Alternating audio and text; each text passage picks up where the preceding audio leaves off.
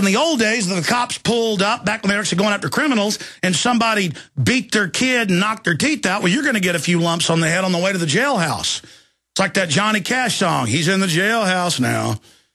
We ought to go out to break with that, see if we can pull up Johnny Cash, he's in the jailhouse now. Thank you. Or we can come back out of break with it. All right, I'm going to come back from break and get into all the news that's got me so wound up. I mean, because I've got to somehow cover all of this. There's got to be more than 100 articles here, each one more insane after the next. But coming up, I'm going to expose in the third hour today the gigantic hoax, the biblically sized, galactic-sized, off-the-chart fraud that is the family courts in all of this, where the state police come after you now. If you're not shooting your kid up, and I've got articles here today about more people dying, getting the flu shot. You take your child in, they get the shot. Sometimes they die right on the spot. And that's when you're lucky. Because it's now even come out in dinosaur press that many of the children, they wonder why the babies die. It's always after the vaccines. And then they try to blame the parent, and they do a CAT scan. There's blood on the brain. They say, you must have beat your child. And it turns out the hospitals know full well they've killed your child. But they're going to blame you for it. They're going to blame you when your baby has an autoimmune response and convulsions, as top brain scientists and neurologists like Dr. Blaylock have broken down here. Sudden infant death syndrome and the rest of it. Yeah, you're blessed if they have the convulsion and the blood starts running out their nose right there on the spot. But usually it happens that night. You put the 18-month-old down, or you put the newborn baby down who just got their shots. You put them down, and they either wake up dead, or the 18-month-old's talking, drawing, laughing, learning their ABCs. We're going to go to break, and when the next morning Junior wakes up, Junior ain't there no more. Because the eugenicist dropped by. Okay, we are back live. We do have Ray McGovern, former top CIA analyst, to break down the latest on Iran for about 30 minutes with us at the start of the next hour. Then we've got another guest, a lady who they're sending the CPS after with the state police because she said, no, I'm not going to take the vaccines for my daughter. Sorry. So that is coming up. But after I cover the news and after I have Ray McGovern on with us, I am going to open the phones up and go to some of your phone calls. But I do have trouble controlling myself when I see the state of California inoculating children without parental consent. So I guess I've got to correct myself when I said in the last segment that in no state is it the law your children be vaccinated. I forgot that Governor Brown, 4 months ago, did sign a bill saying they will give your children shots without your consent. They're claiming children as young as 11 now have parental control. So your 11-year-old's got to get permission from you to go to the zoo or go to the planetarium, to go on a field trip, but they don't need that for an abortion or for the state to convince your child to take the shot.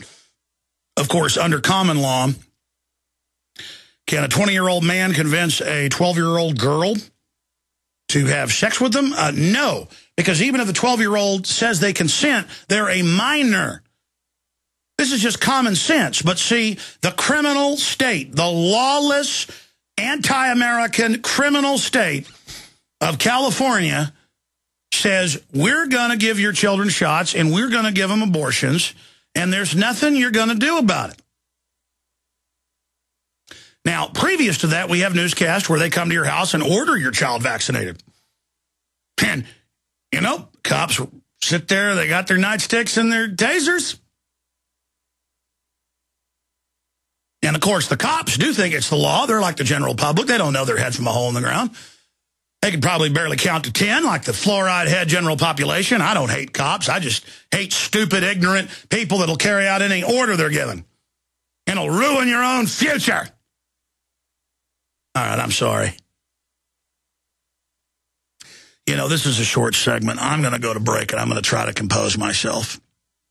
But what happens is I stay up late at night researching. I research in the morning. I get in here. There's stacks of news they've printed. Some of it I've seen, other news I haven't. And it just makes my head completely spin. I mean, I knew this was coming. They announced 2 years ago, they said Austin will adopt the Copenhagen Treaty. And how we'll adopt it, even though the Congress didn't sign on to it, or the president tried to, but can't without Congress. We're going to adopt the Copenhagen Treaty. And we're going to double the average Austin power person customer within the next 3 years. And here we are 2 years later, and they're implementing it. It already went up some last year, about a 40% increase. That's all in the Austin American-Statesman and Your News Now. Here in front of me, local news outlets. And I was listening to the city council meeting this morning on the radio. They're having a special session. And they're debating whether it should be an 80% increase this year alone on the average user over the 40% last year, or whether it should just be 40% again. And the good guys are just for the 40, and the bad guys are for the 80. Of course, they're all bad. But they give you a false choice. That's psychological warfare.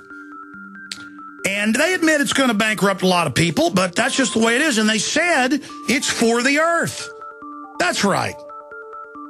That's right. Give Formula One $50 million in tax breaks, and then just get the money from little old ladies. In fact, they say this year alone, with these rate increases, in the next 11 months... We're on the march. All right, we are back live. And let me just go ahead and cover this piece of news first, since I already started getting to it before the last segment ended. Your News Now, the Austin American-Statesman... all report, and they're having a debate about this. They're saying that it is for the earth. Actually, in the city council of Austin, this is a beta test for the rest of the country and the world, for that matter.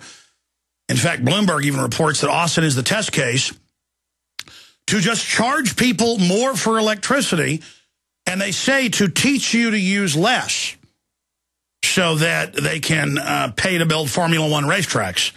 And give their buddies all sorts of tax breaks and incentives.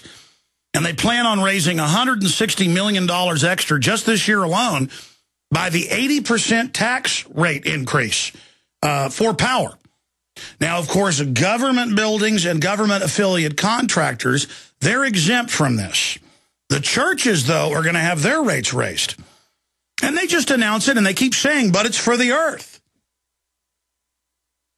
No, it's a criminal enterprise. And then I was reading some of the Statesman articles and following the debate in the city council this morning on the radio.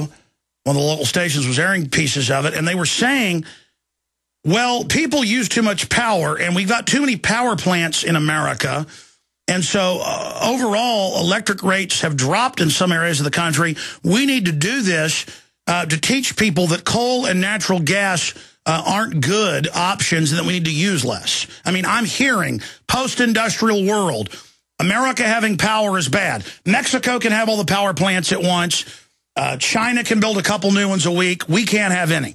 But General Electric, who is exempt from all this, they can keep their plants operating because they basically run the White House. And they have the patent on the curly-Q, mercury-filled, toxic, headache-inducing light bulb, the horrible fluorescence that they're, by law, by executive fiat, making us adopt. Congress has now started to repeal that, but the bureaucracy still just rolls forward.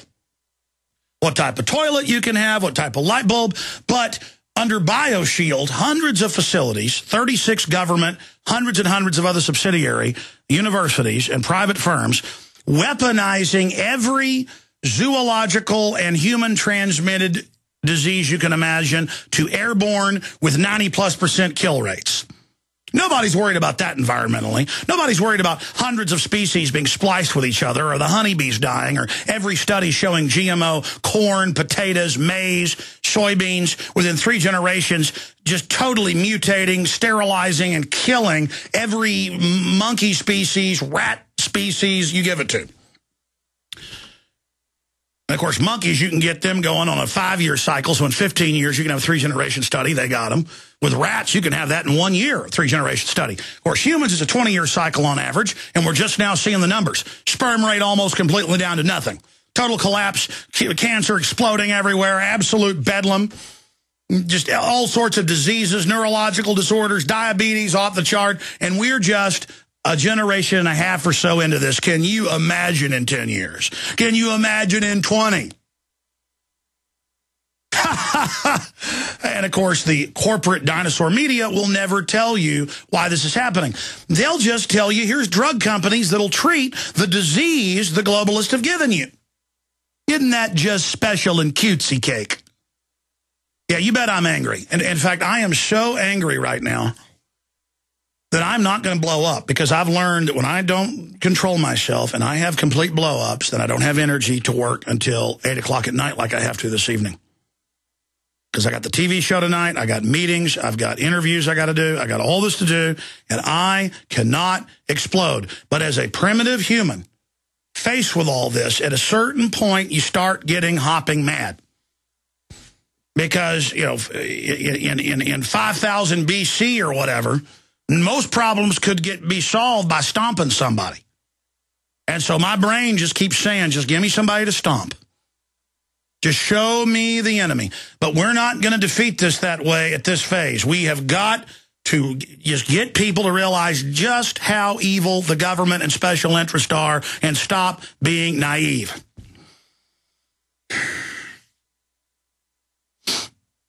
But, I mean, the city council is a group of outrageous scum, just like California. Total globalist, anti-human. They're not liberals. They're thieves that sell you, it's for the earth. So that the contractors and the power sellers that sell to Austin Energy, and we're told it's government getting this money. No, it's not. It's the special interests that sell the power to Austin. The same special interest that helped shut down the city-controlled utilities so that we couldn't produce our own power. They're shutting power plants down all over the country. And I have to sit here and 40% last year, 80% this year, and another 80% increase next year. I mean, just highway, naked, flaming, stealing with both hands.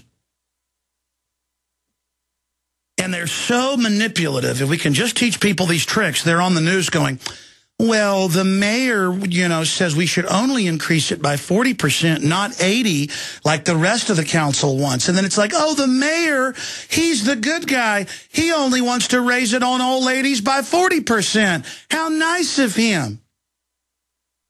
I mean, that trick is so elementary that it makes me want to throw up. I mean, people think when they're self-centered and don't care about politics and just say, oh, you can't affect change, why should I get involved, that's somehow some kind of moral shield, and that if you just don't care, that you're immune. No, when you don't care, the wolves eat your sheep like rump for dinner. And I hear the people complain, I don't know why my power's going up. I hear it all the time. We got to do something. Well, you're not going to do anything until you kick out the electronic voting machines where I live. And it's the same in many other cities.